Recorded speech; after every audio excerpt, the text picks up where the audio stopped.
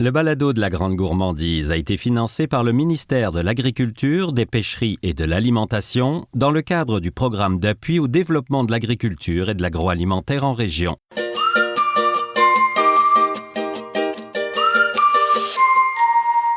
Bonjour à tous. Bienvenue dans ce nouvel épisode du balado de la Grande Gourmandise. On est en Montérégie cette semaine, petit tour à La Prairie. On est chez nos amis de La Pincée. Et si vous étiez avec moi, vous auriez tous vos sens réveillés parce que ça sent tellement bon où on est. Pourquoi La Pincée? Parce qu'on parle d'épices aujourd'hui. On est avec Catherine de Gongre et François Maisonneuve. Bonjour à vous deux. Bonjour. Hey, bonjour. Merci de nous accueillir chez vous, dans votre nouveau local où vous êtes depuis un peu moins d'un an. Absolument. Je ne sais pas qui veut parler en premier pour me raconter un peu cette petite histoire. C'est ça, on est arrivé en novembre en fait. Nous, on est dans le secteur de La Prairie depuis près d'une décennie. On était dans le vieux La Prairie pour nos deux premiers locaux.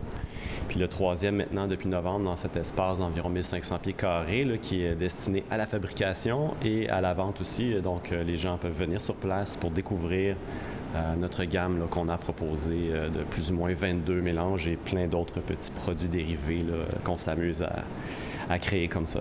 Alors, je l'ai dit, ça sent très bon parce que vous faites des beaux mélanges d'épices, vous faites beaucoup de collaborations, on va revenir là-dessus. Mais Catherine, parle-moi un peu de l'histoire. D'où vient cette idée de créer La Pincée? J'ai travaillé longtemps en cuisine. Donc, j'ai travaillé pour une firme d'avocats avant, dans un service traiteur. Puis là-bas, je m'amusais évidemment à tout fignoler mes plats. Puis j'ai vite découvert que la cuisine aux épices, en fait, ça fait un grand changement. Le petit détail de goût, les textures aussi, les couleurs que les épices peuvent apporter à un plat. Donc, je trouvais que c'était vraiment quelque chose d'important en cuisine. Et ensuite, j'ai travaillé au CPE de nos enfants comme cuisinière aussi. Puis là, je me suis vraiment amusée aussi à introduire la cuisine aux épices aux enfants, qui était une clientèle fabuleuse, en fait, plus ouverte qu'on pense aussi. Donc ça a été un petit peu la base. Puis ensuite, on a voulu finalement... Catherine a développé le premier mélange, dans le fond, la pincée classique. Ça, c'était notre mélange pour nous, en fait. On l'utilisait, c'est un mélange de sel de mer portugais-français, deux sels de différentes textures avec le thym frais puis la feuille de laurier. Donc un mélange pour tous les jours, finalement? Exactement, les arômes du bouquet garni. Fait que celui-là, on l'utilisait dans notre propre cuisine. On les donnait dans des pots maçons d'environ 1 litre aux amis, à la famille. Les gens aimaient beaucoup. Fait qu'à un moment donné, moi j'avais un travail aussi de mon côté. Fait que en parallèle à nos deux boulots, on a réfléchi à un nom. OK, La Pincée, tout ça. Puis on s'est dit, peut-être qu'on pourrait commencer à commercialiser en pilote, un peu en test, là, de façon organique.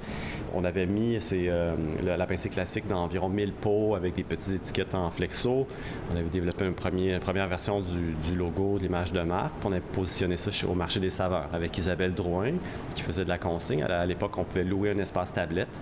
Fait qu'on avait positionné nos produits là. Puis on se dit, si ça se vend, pourquoi pas? Avec les recettes, on pourra tout simplement réinvestir dans de nouveaux emballages ou dans le développement de nouveaux produits. Dans le fond, c'est ça aussi, la pincée, c'est vraiment nos deux comme expertises. Exactement. François qui a étudié en design graphique, donc il a créé l'image de marque en totalité. C'était important pour nous aussi que l'image de la pincée, l'emballage, finalement, reflète la qualité de ce qu'on retrouve dans le pot. Exactement. Donc, François, c'est bien... C'est à l'hiver 2012, parce qu'avant 2012, là, je dirais que le projet a commencé, comme je disais, naturellement autour de 2008-2009. Puis durant ces années-là, Catherine a fait la pincée classique, après ça la pincée poivrée, la pincée sucrée numéro 3, donc le poivre de fantaisie, le sucre de fantaisie. Ils sont tous numérotés en ordre de création, donc on les a c'est un peu une façon pour nous de ponctuer dans le temps les différentes créations au niveau des mélanges d'épices. Je vais vous faire sentir un peu. Oui. On a des belles textures aussi qu'on peut observer. Les arômes sont présentes. Dans ce cas ici, c'est le sucré numéro 3. C'est fleur de lavande, poivre de Cayenne, vanille de Madagascar dans une base de sucre qui est légèrement sucré-salé. Donc, c'est le seul sucre de la gamme. On le propose pour les crêpes, les gaufres, les assiettes de fruits. Puis même pour les saumons, c'est délicieux. Oui, le filet de saumon grillé, effectivement. Les ailes de poulet pour faire changement, mais aussi gâteaux aux bananes, les croustades aux fruits. Puis ensuite, il y avait la pincée scandinave, dans le fond, qui était le mélange Gravlax que tu connais, Marc. Oui, très bien. À l'époque, le Gravlax n'était pas très connu, là, je pense que du grand public. Fait qu'on a eu quand même un petit peu d'éducation à faire à ce niveau-là. C'était vraiment convaincre le monde, expliquer c'était quoi, c'est quoi la différence avec un saumon fumé. Fait que ça, c'était à l'époque un produit phare qui était un peu intriguant. Donc, la pincée scandinave Gravlax numéro 4. Moi, j'ai voyagé au Texas aussi dans le cadre de mon travail là, comme consultant en design. Puis, il y avait évidemment au Texas, c'est l'État du barbecue. Fait que quand je suis revenu au Québec, j'ai dit à Catherine, ce serait vraiment chouette qu'on se développe notre propre mélange barbecue, mais différent aussi de ce qu'on retrouve. Des milliers d'autres. Oui, des milliers d'autres, c'est ça. Surtout sans ail, sans oignon aussi. Notre défi ici, c'est ça, c'est de créer des mélanges aussi toujours comme on cuisine. Oui. Donc, comme à la maison, finalement. moi, j'aime ajouter l'ail frais du Québec, les oignons du jardin. Donc, pour moi, c'était juste logique qu'il n'y en ait pas dans les mélanges, finalement. C'est souvent utilisé, pas comme agent de remplissage, mais... Disons que ça coûte pas cher. Ça coûte pas cher. C'est sûr que ça sent, pour ceux qui aiment, ça sent bon, c'est prenant au nez, mais ça finit par un peu uniformiser tous les mélanges d'épices. Fait que pour nous, c'est pas intéressant. Donc, Catherine s'est lancé le défi d'inventer des mélanges sans ça, puis d'arriver à un résultat qui est tout aussi intéressant, sinon plus. Ouais, il y a beaucoup de gens qui sont intolérants maintenant à l'ail aussi. De plus en plus, c'est vrai. Ou à la poudre de ci, poudre de ça, la graine de, la graine de moutarde, des choses comme ça. Puis évidemment, ils sont tous sans gluten. Ouais. C'est très uniformisé, mais au moins, et très on coloré. les voit très colorés. C'est ça, on rentre dans la boutique, sur un beau mur noir, on a l'impression de rentrer dans une maison quasiment. Ouais. Puis on les voit, ils ont leur couleur, ils ont leur identité, leur numéro, leur nom, on ne peut pas se tromper là. Donc ça, c'est une plateforme qui est super simple, qu'on a réfléchi il y a déjà 12-13 ans. Puis l'idée à l'époque, c'est de faire quelque chose de simple, efficace, un peu de typographie, de la couleur, puis faire en sorte que lorsqu'on rentre dans une épicerie, que ce soit une épicerie fine, moyenne, une boucherie, une boutique cadeau, une grande surface, au moins l'effet visuel soit là, puis que le produit annonce et communique la qualité. Puis comme Catherine a dit tantôt, c'était hyper important pour nous que quand on le regarde, ça a l'air d'un emballage très sophistiqué. Oh oui. Alors, lorsqu'on ouvre le pot, il faut retrouver la même sophistication au niveau des arômes et des odeurs. Puis je pense que ça, on a bien réussi. C'est très classe. Les emballages sont très classe. On l'utilise tous les jours, mais c'est aussi un magnifique cadeau parce que c'est très beau, là, très, très beau. Catherine, tu voulais ajouter quelque chose? Bien, je voulais juste dire que c'est ça, dans les marchés qu'on fait, quand on va rencontrer notre clientèle, c'est pas rare que quelqu'un arrive et ils nous disent « ça me prend mon numéro 9, mon numéro 10, avec mon numéro 3. » Donc, ils ont des habitudes. Oui, c'est ça. Soit par numéro, soit par nom, soit par couleur. Ça, c'est quand même très chouette. Ouais, c'est une belle reconnaissance. Donc, la bouffe, c'est une nécessité. Hein? On doit manger évidemment 3 fois par jour, puis c'est encore mieux quand c'est bon. C'est comme une boîte à outils, on le dit souvent. Donc, c'est vraiment pour usage quotidien. On crée des mélanges originaux, mais pas excentriques. On ne sait pas quoi faire avec. Parce que tu parlais de cadeaux. Tu sais, tu donnes 100 cadeaux à quelqu'un. Qu'est-ce que j'en fais? Qu'est-ce que j'en fais? Mais c'est hyper simple. Puis on ne peut pas se tromper. Ça ne peut pas être mauvais. Si je prends un qui est écrit Gravlax et que par hasard, il tombe sur du poulet, ce ne sera pas immangeable. Absolument. Le secret, on dit souvent, le secret, c'est de ne pas trop en mettre. C'est pour ça qu'on a appelé ça la pincée, parce qu'on part d'un niveau de fraîcheur qui est tellement intense. C'est des micro-productions qui sont fabriquées à la main ici sur place à chaque semaine. Donc, on a des petits lots. Ça a toujours été comme ça, ultra frais, exactement. Catherine, on va marcher vers l'arrière. Oui. Tu vas nous montrer justement un mélange que tu es en train de faire. Hein? Oui, dans l'espace production ici qui est à l'arrière du local. Ici, j'ai commencé à faire, puis je voulais te montrer en fait à quel point c'est fait en petites batches, mais fraîchement moulu. Donc, tu peux sentir c'est incroyable. Pas besoin de mettre le nez devant. Hein, donc, ici, c'est le mélange de lance avec les paillettes d'algues dont je te parlais tantôt. Pour les gens qui nous écoutent, on voit un espèce de gros saladier, gros cul de poule dans lequel il y a quelques kilos d'épices, mais on n'est pas dans les 50-100 kilos, loin de là. C'est vraiment une petite batch, on va dire. Exactement. Ça nous permet justement de rester proche de ce qu'on fabrique, de veiller à la bonne qualité au dosage et au brassage comme ça fait à la main. C'est du sport, mais c'est le fun.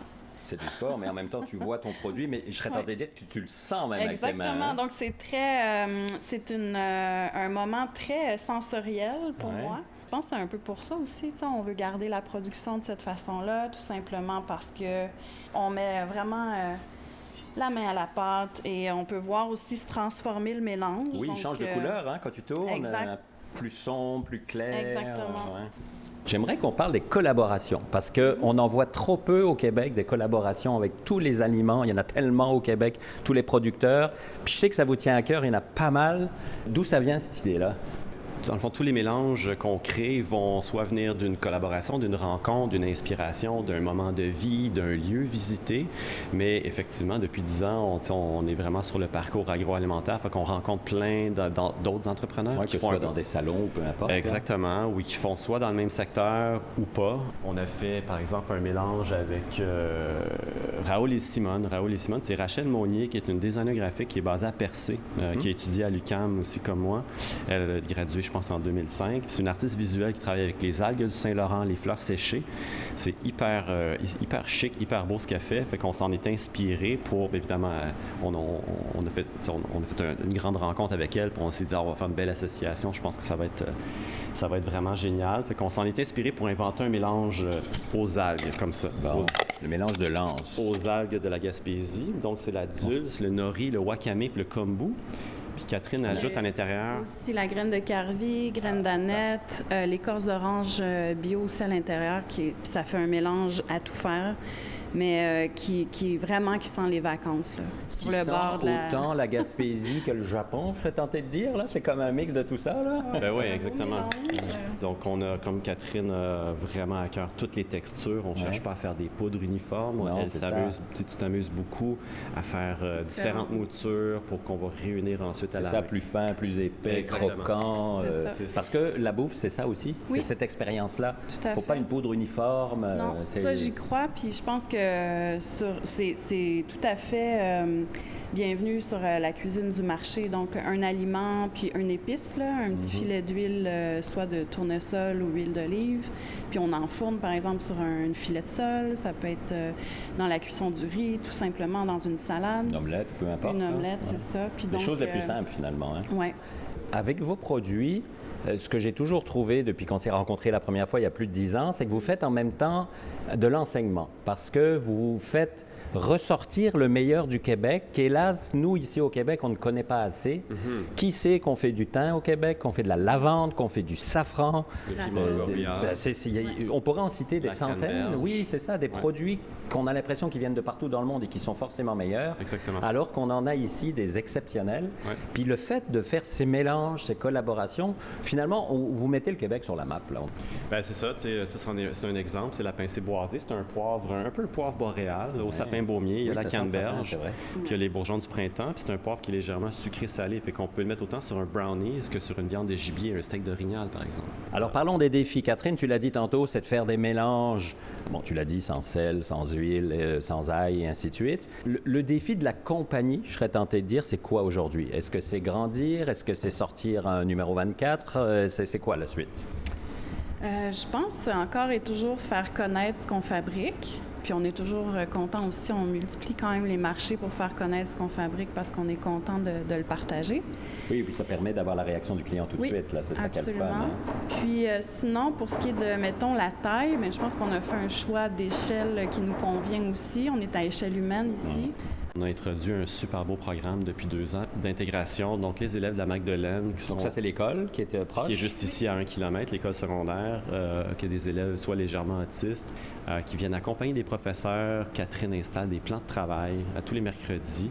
4 élèves accompagnés de 1 ou 2 professeurs, on les installe pour apprendre à travailler, soit à faire l'étiquetage, la mise en pot. Mais encore une fois, c'est pas dans une optique de production, c'est parce que l'on doit ralentir puis prendre le temps avec eux, tu sais. Puis c'est vraiment super positif. C'est hallucinant le progrès de ces jeunes-là. Tu sais, du jour 1, quand ils rentrent ici dans le local, ils sont très timides, ils regardent par terre, ils ont de la misère à faire un contact visuel. Puis ensuite de ça, c'est dans leur défi d'interagir avec Catherine. Sur plusieurs semaines, c'est assez fascinant là, le progrès. Puis Jean-François, qui est un de nos premiers stagiaires, bien, lui, on l'engage. Donc, lui est maintenant sur le payroll, comme on dit. Donc, il vient à chaque semaine faire des blocs d'heures. Il est super bon, vraiment. C'est vraiment une belle ressource. Il est toujours content de venir. Puis, il est très, très efficace. Là, j'entends les auditeurs qui me parlent dans l'oreille, si j'ose dire, même si c'est pas vrai, là, j'adore dire ça. Où est-ce qu'on trouve vos produits? Parce que vous êtes distribués, là, on en parle, on donne le goût, les auditeurs ont l'impression de sentir ce que moi, je sens. Où est-ce qu'on vous trouve, Catherine? Bien, moi, je dirais, j'inviterais les gens à passer soit sur place, au 1400, ça, c'est l'idéal, évidemment. 1400 boulevard Tachereau à la Prairie. Sinon, bien, on a développé plusieurs points de vente Donc, c'est ça. Les produits sont disponibles dans les petites, moyennes et grandes surfaces, donc les boutiques spécialisées, les boucheries, boutiques cadeaux. Donc, la liste complète sur notre site sous l'onglet Nos détaillants, donc sur lapincée.ca.